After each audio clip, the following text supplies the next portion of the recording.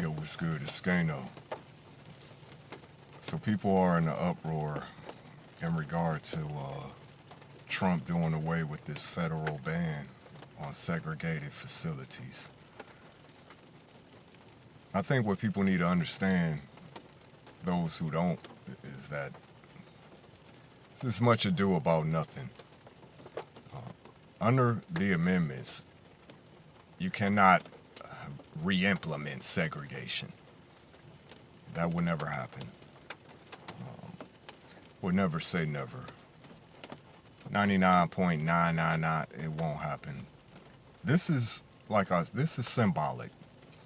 This is symbolism, though, and it's pretty much in alignment with his ideology. But it's like I said, it's much ado about nothing. Those policies that are in place they're like a cornerstone of this government, of the society. There's no moving this amendment. So I think people, I won't say overreacting, because like I said, it's symbolic. But it really changes nothing, because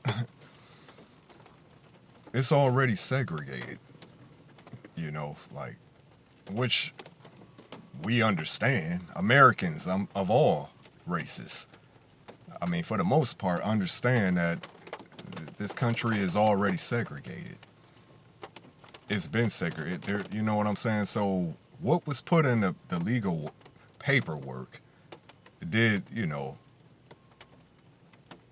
pretty much is in place to prevent discrimination, on opportunity, employment, housing, loans, etc. for minorities and, other races. But for all intents and purposes, this country is still segregated. It's always been segregated. There's not I mean, we already know, for the most part, what places don't. They pass these little laws or these little policies, dress code, any type of little way. And you already know what I'm talking about, as far as to make it known,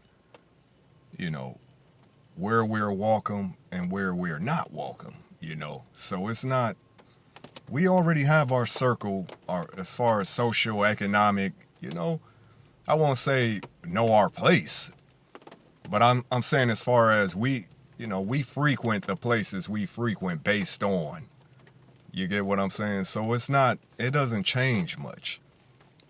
So it's not like, if, in whatever particular establishment, some of these, if you want to call them high-end establishments who, impose these different dress codes, and it's really just to say, we don't want y'all here.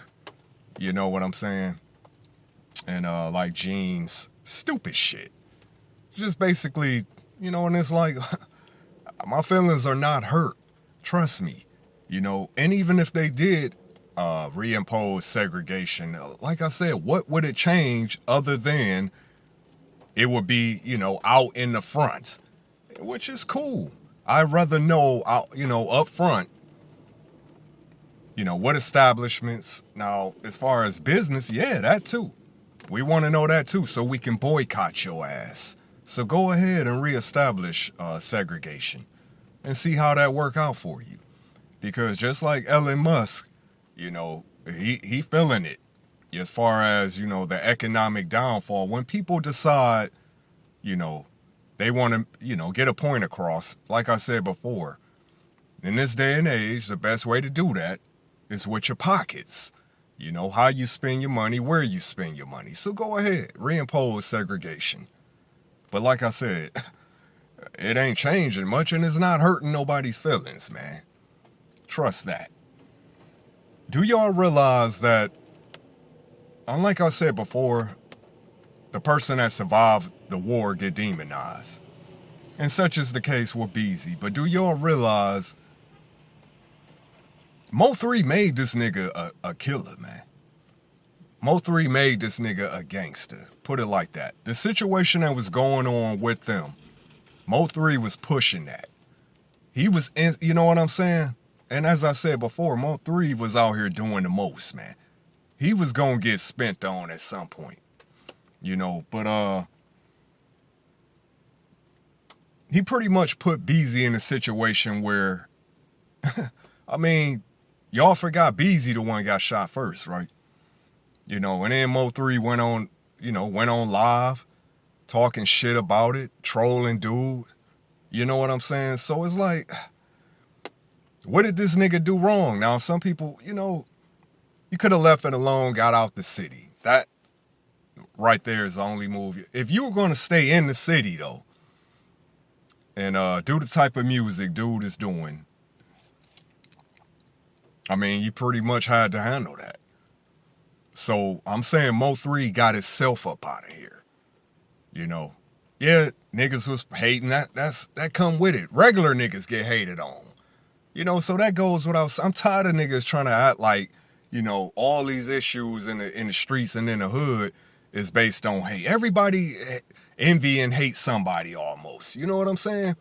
But that ain't no reason to kill niggas. So this shit was more than that, man. Like I said, Mo3 was dropping his nuts. And he knew this dude Beezy wasn't like that, man.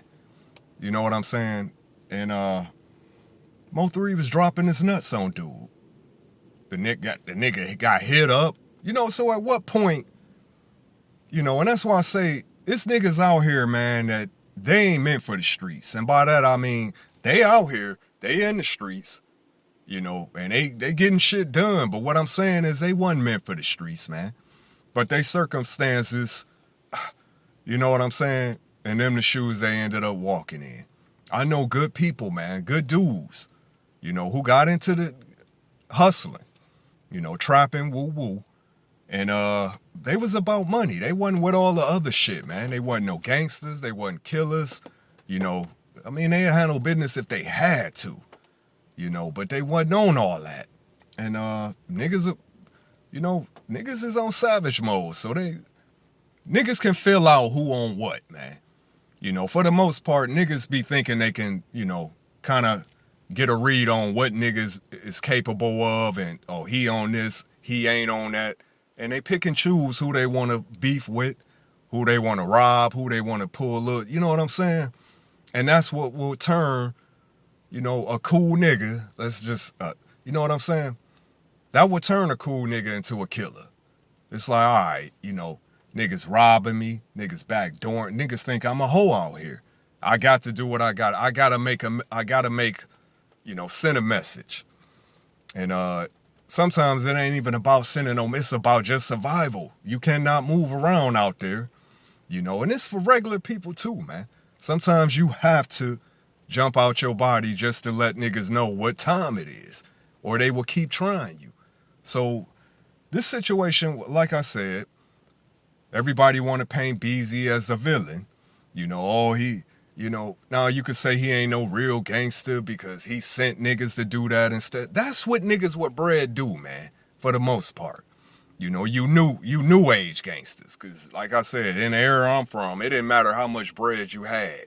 If it was business to be taken care of, you got your hands dirty. It didn't matter who, what your status, woo-woo. But nevertheless, man, like I said, Mo3 put him in that situation that he had to do with it, and it's fucked up. It be like that out here. So leave the streets alone.